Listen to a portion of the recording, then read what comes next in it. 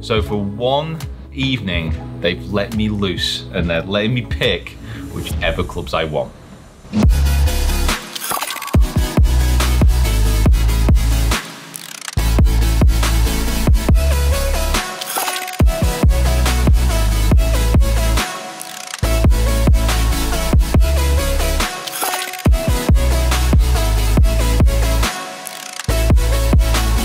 Hi guys, my name is Peter Finch and you join me down here at Golfbidder HQ. And in this video, the guys at Golfbidder have basically said you are free to go around, pick whatever clubs you want, and then I'm going to head out onto the golf course and play 9 holes. Guys, if you are new to the channel, make sure that you hit that subscribe button, that like button, and comment below on my selection of clubs which I'm picking here at Golfbidder. And also let me know the clubs that you would be looking out for in this just Aladdin's cave of wonderness and merriment and pleasure.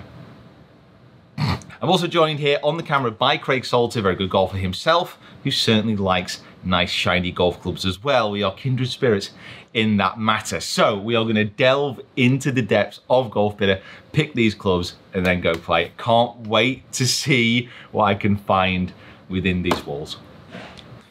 And talking about shiny objects, we're in the iron section here. Now, the last time we came to Golfbidder and did the filming with Rick, this was absolutely stacked. We're halfway through the golf season now, and they've just sold so much stuff. It is unbelievable, but the pickings are still to be had. And, well, come here. So, when I first started getting into YouTube and actually getting access to golf clubs, because as an assistant pro and a junior, you know, didn't really have any money at all. So to actually get the clubs was really hard. And my first real objective desire was a set of these bad boys. Now, TITLEIST blades, I never ever actually owned a set of TITLEIST blades in my life. And when these MBs came out, look, I thought that they were some of the best looking irons that I've ever seen. They're a muscle back design, really thin top line. You know, there's not a massive amount of technology going on here. They're just a pure, beautiful looking blade. And as I started to get more into YouTube, I was basically like, well, I can actually probably get a set of these now. But I actually ended up going for the PSIs, which had come out at a pretty similar time. So then I was like, well, you know, PSIs are good. Do I need these? No, probably not. But today, tonight, I finally get to use a full set of TITLEIST blades and actually see what they're like. Whoa, forged MBs. How amazing, how cool. So at Golfbidder, you do come across like some proper old school clubs that are just in the corner that haven't sold yet. X16s and X12s, the Callaways. These are so old now. I reckon these are still really good irons. What kind of shafts are in these? Uniflex. Not a fan of Uniflex. Now, as I was looking through all these Scotties, I'm not going to lie, I would have got pretty much any of the NEWPORTs because it's just that classic design which never goes out of fashion. It's like when you get a BMW drive past, you're not actually quite sure how old it is. It could be from 8 years ago or it could be brand new. With a NEWPORT, it's just like classic. But this one caught my attention because it's called the Black Mist. So this is the NEWPORT Black Mist 1.5 and it's got a little flare neck, and I love that little neck as it just fades and blends into the club head. The standard NEWPORT neck, oh wow, that is like a brand spanker. I think whoever used this one was not happy after approximately 3 holes, but this normal neck that you see on the NEWPORTs, you can see the difference between the two. I just like the fact that the shaft sits a little bit closer to the club head. Everything just looks nice and connected. And like I said, it just seems to melt away into the club head. This seems a little bit more pronounced to me. You can obviously get the longer necks as well, which some Scotties have, but that's your general classic design. And that's that little 1.5 neck there. Also got some nice flashes of red in the back there. And I think this is 34. Yeah, 34. The only thing which I'm not 100% sure on is this grip. I've never seen a Garson Max grip.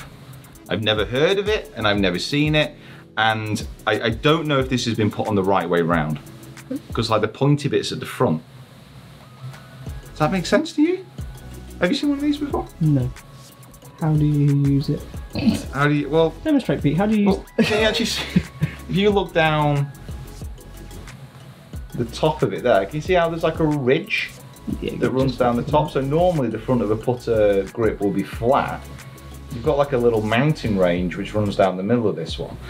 And I'm guessing that the hands are meant to go either side and it kind of separates them a little bit. It just feels really weird. Listen, if I come out today's round and I'm just holding everything, listen, I'm going to be a Garson ambassador for life. But at this moment in time, I'm not quite sure. So, wedges. It's probably not necessary to use this charming stool, but I'm going to do it anyway because this is golf bidder stool. Oh, you know what? This is probably the best thing in it so far. It rolls, and then when you put pressure down on top of it, it stays. It's magic, this place. So. Easily entertained. Easily, mate. I'm so easily entertained. Mate, see what we did with the fruit pastels before. I've not had fruit pastels in about 5 years, and I lost my mind when Craig pulled them out of the bag. I think you probably tell that the sugar running through my body right now. So, this little bad boy, 56 degree RTX ROTEX 2.0. Now, listen, Cleveland wedges for years and years and years and years, and years have been one of the best wedges that you can actually get. But the reason that I love this one, this 2.0, this was one of the first kind of big filming trips that we're actually invited to. So the launch of this wedge, it was down at the Grove, got fitted on the tour truck for these wedges as well. It was the first kind of filming experience that I'd had outside of kind of what I'd been doing coaching wise. And it was, I don't know, it was one of the days where I thought, you know what, I think I could probably do this for the long term. And it was really, really nice. And obviously the wedges are great. They put a lot of emphasis when they were telling us about this, about the club face. So it's got obviously the grooves in there, but then it's got the micro grooves within the face, and no, micro grooves. It's got milled, I can't speak anymore, Craig. Too much sugar. It's got a really rough face, basically. A lot of friction on there. And talking about trips down memory lane, ATV. So the very first golf bidder challenge that we did, I got these ATV wedges and I holed out for eagle using one of them. And I've got to be honest, this is a little bit sentimental because when you actually hit these wedges, they kind of feel quite firm. Certainly I remember them feeling very, very firm. But the whole point of them is that it's got a variable sole. So you can adjust it and it automatically adjusts to whatever lie angle and however you position your hands. With a 52-degree wedge, I'm not sure how much adjustability I'm going to need, but I'm always going to have a very happy memory of using this club. 54 ATV. So the TAYLORMADE ATV, 54. Big wide sole on it. It's not a bit scrubby, the lie round here, so should pick it up quite well. Middle of the green, let it run up, get back to 2 under. If it goes in 3, that'll be fine.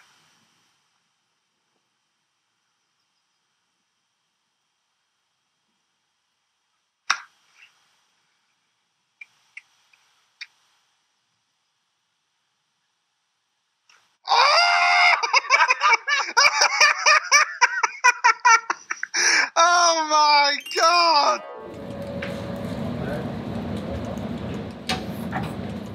I don't know why. Every single time I do a golf bidder challenge, the fairway woods seem to excite me disproportionately to how many times I'm likely to use it. And I've picked here an Adams tight line. Now, Adams for just years and years and years and years and years were the go-to brand for fairway woods because that was their niche. That's what they knew how to do better than anyone else. Not only like the technology, which was great, but just the way that it looked. It kind of sits so shallow, and when you put it behind the ball, it looks like it's just glued to the ground. But then something happened to Adams, which is quite interesting. So it was acquired by TaylorMade. Now, if you have a look at the bottom, of what is on this fairway wood head, you'll see this slot which runs from the heel all the way to the toe. So Adam's actually called this a ghost slot. Now, what you may be wondering, and this is something I'm wondering, when TaylorMade acquired Adams, they also acquired the patents. And if you think about what is in TaylorMade clubs now, you got the speed slots. And this is something which you see happen a lot of the time. So bigger companies will acquire smaller ones that specialize in certain areas of the market, access their technology, and use that to upgrade their current products. And this happens a lot, and it happens with pretty much all the major manufacturers. And Adams is, well, it's not really a golf brand anymore. It's just been absorbed into the bigger mothership of TaylorMade. But this is just pure. It's got an X-Flex Mitsubishi Rayon in there as well. So we are on to picking the driver. And I've got 2 iterations of the same club. So these are the Ping Raptures. Now I've got the version 2 second version of the Rapture here, and I've got the first version. So when this club came out, this was one of Ping's first attempts, and they've not really done it that often since, of marrying titanium and carbon within the crown. So you can see kind of like the construction here. So the multi-material construction, which is common in really pretty much every single other driver apart from Ping at the moment. These are the guys who actually started to try and do it first, as well as Callaway when they had the C4. You remember the C4? Oh, I should have seen if there was a C4 in here. That sounded like you were hitting a salmon like against a brick wall. It was horrendous. How often have you hit a salmon against a brick wall? Too many to count. There's only one way of judging what it sounds like. Exactly. Yeah, you got to test it. But the problem was with this is the performance actually was good. Sound was good. Aesthetics weren't great. It kind of looks like, I don't know, it's just been stuck on the back of it. But the only problem was it was just so expensive. So when this was brought out, I think it was 2006, 2007, because I know that the V2 Rapture, that came in 2008.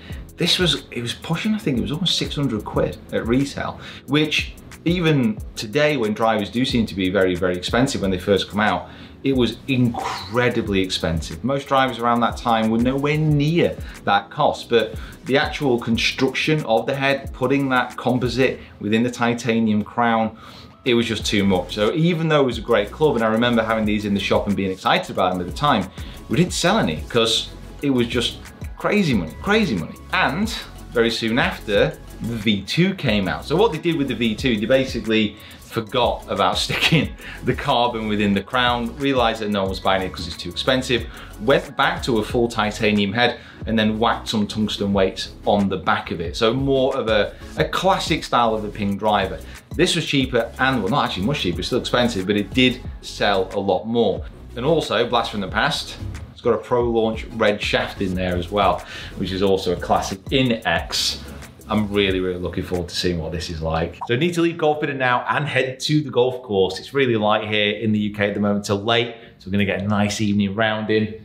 It's so weird to be in a golf shop at night. But this place, since we started filming here, it's just changed beyond recognition. If you have watched the original Golfbidder challenges, you'll know that this is all new. It's a completely contrasting setup to how it used to be. It's good to be able to look back on things like that, even though it makes you feel remarkably old. So we're about half an hour away from the course that we're gonna go play at Fox Hills. Let's get the clubs and let's see what they're like on the golf course. Also added in a special edition. Probably need to go tell them about that, Craig, actually.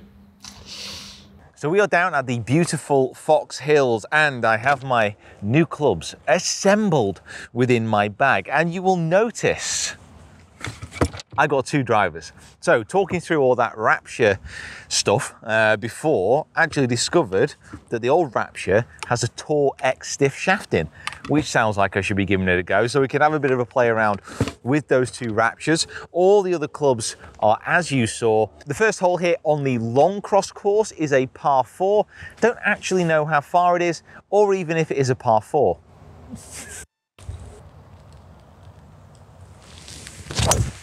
Oh, that came so far out the neck, I think you can call it officially a fairway wood shank, which is bang in the middle of the fairway.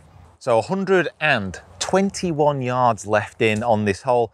That 3-wood did so much better than I thought. There's something else which I've just realized, Craig, about my new beautiful MB forged irons, is it also has a mid-sized grip on, which is currently what I'm using on my irons. It's almost like it is meant to be. I'm feeling an emotional attachment to these irons which completely outweighs logical thought. It looks like it's got a lot of loft, and I think that is a little bit upright as well. So I might just have to stand a touch taller to these. We'll see. I'll hit this one normally. If it goes about 64 yards left, then yeah, they're upright.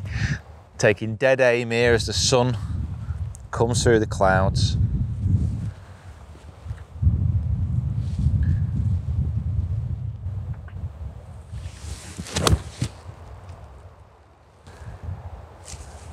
It's not bad. Whoa, sit. Front of the green. Felt very good. I think, I just don't know, it's too early to make a decision. We have only hit one shot and that was a wedge. Can't jump to conclusions, Craig, I've told you this before. So we've got the grip of destiny here, mate. It's either going to go very well or very, very badly. However, I'm feeling positive for once. Obviously I'm more positive. Look at the spin. Zip, zip, zip. Might move a tiny bit left at the end, so I'm just going to go straight at it. No messing around here. Oh, look at the black mist. Oh, that looks a good putter. All right. Turn in for me then. Oh, just a tiny push. However, that is going to be an opening par as long as I can hold this very difficult putt. I'm not going to lie, that grip feels horrendous. Ladies and gentlemen, we are faced with possibly one of the biggest questions of our time. Are we going to go with original Rapture or the V2 Rapture? I think we might as well go old school on the first hole. So let's go original, multi-material, ludicrously expensive, pretty but ugly looking first version Rapture. 380 yards. Looks like it's a dog leg left to right. I'm hoping it's a dog leg left to right. I kind of need another one of those little necky fades that I had on the last to bring me into the middle of the fairway. Unless it's just going to be launched. And you were right, Craig. Craig, off camera, which was always a mistake, was talking about how this was like probably a proper player's club. So it's 9 degrees. It's an X stiff shaft. So it's a 7.0 rifle. It's got a tip stiff on there as well. And the grip is the wrong way around. It's a sign of quality.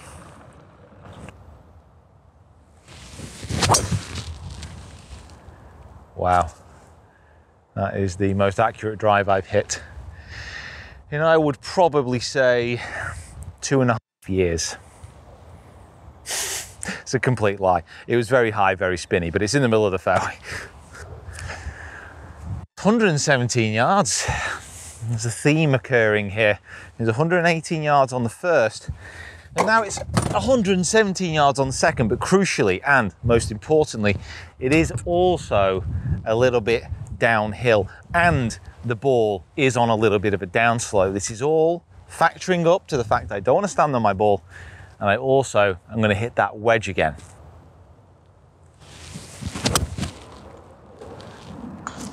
Oh, go on, be good.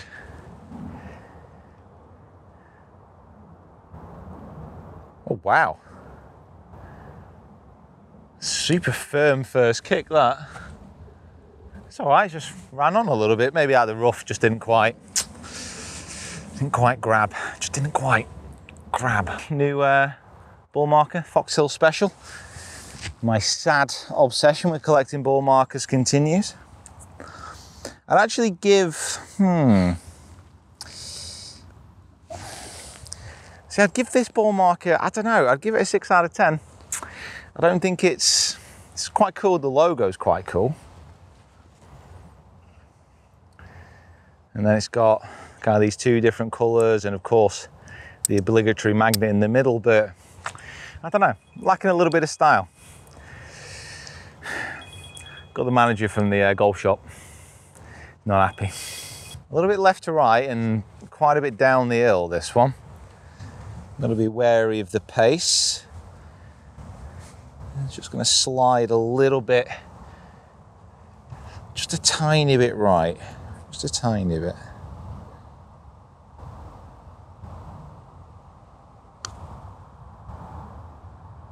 Slide, slide.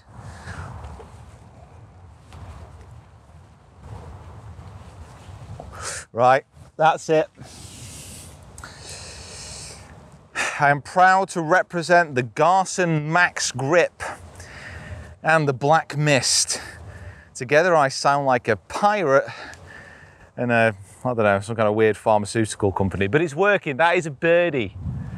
The Black Mist Garson Max. Black Mist Garson Max. Available for sponsorship. So 1 under through 2. We are now going to switch over to super sexy slow-mo B-roll cam. This is 408. It's kind of back downwind, so it's time for the V2 driver to come out of the Rapture. Let's see if we can keep going under. I've got the Black Mist, I've got the Raptures, I've got the blades. I might not even need to use my wedges. Imagine just going like a full 9-hole and not even have to get them out. I'm gonna have to miss some greens on purpose.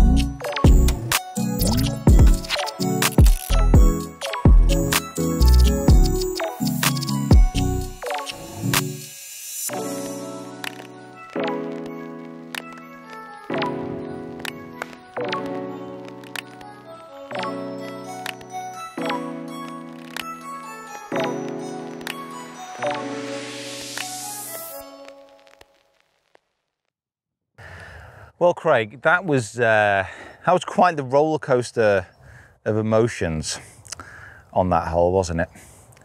It hurt a little bit to go birdie and then to go double. At least I got to use most of the clubs in the bag, none of them which I used correctly. However, that was a good save on the last after a dodgy chip. But we're on the 5th hole. This is a par 5. There is a chance to get that shot back. A little bit into wind. I'm kind of fancying like a super low traggy 3 wood. That Adams. What are you thinking, Craig? Does that sound all right? Yeah. Get like shot tracer on it, just like.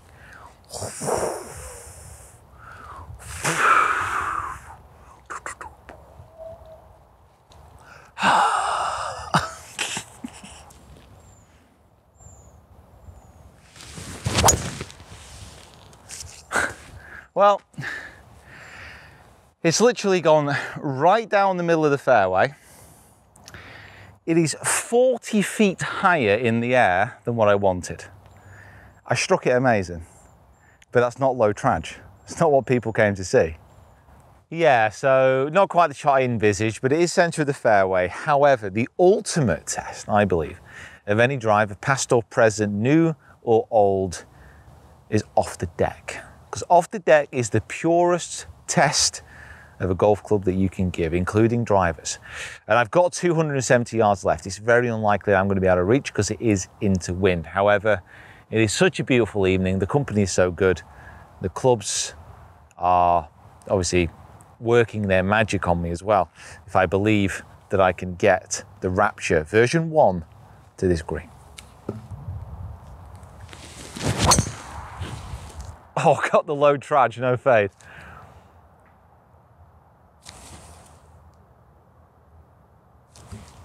You see that?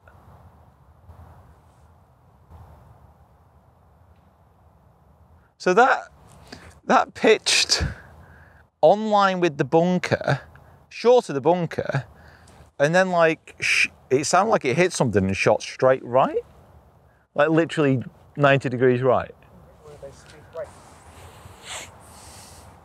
There's a water hazard here, Craig.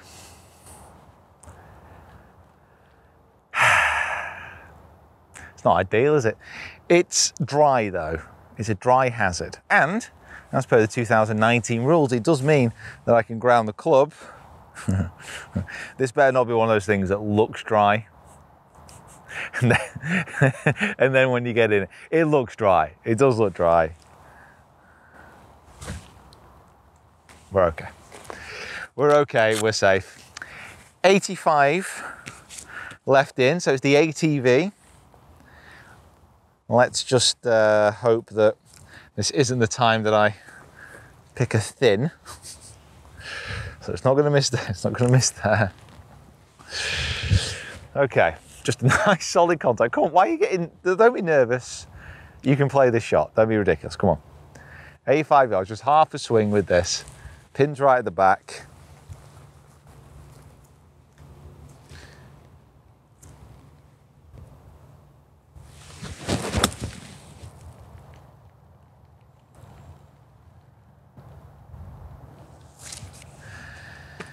I got quite a bit of action actually.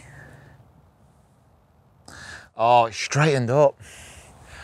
That looked good. These are rolling so nice. And the black mist is rolling so nice. It is rolling in over the hills.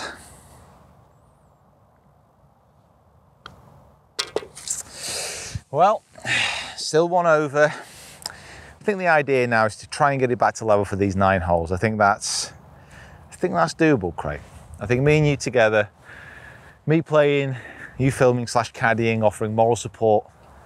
Okay, get to hit one of the mid-irons, 5-iron, and you know what? This is going to be special because there is electricity in the air.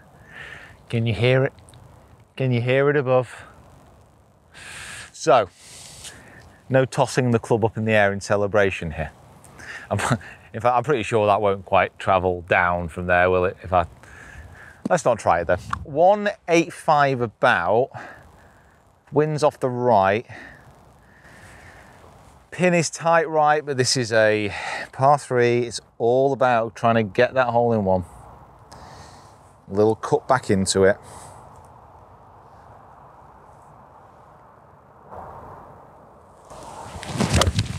Oh my God, that felt amazing, but it's pulley. So pulley.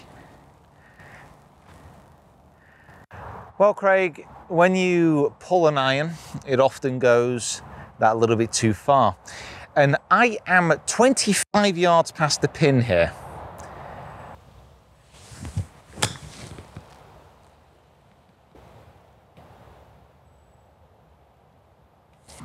A little bit left to right, just a touch.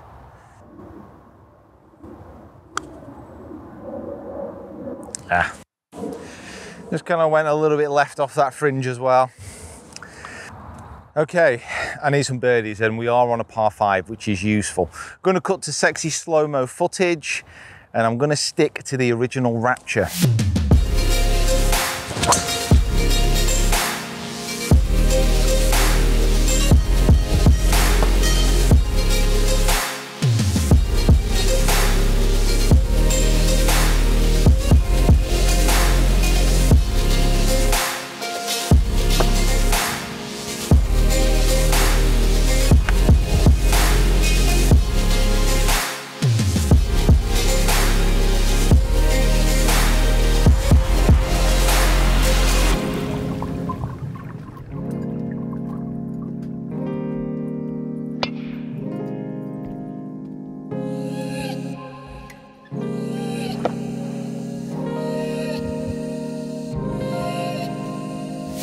So, well, I'm not going to get it back to level because this pitch is for a birdie and I'm currently 2 over. The math does not add up.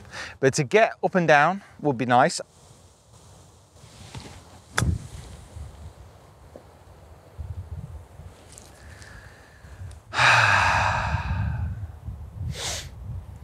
So I've misjudged the pace pretty much every time. But the best thing is, to be honest, Craig, is I've got the black mist at my disposal. Come on, black mist.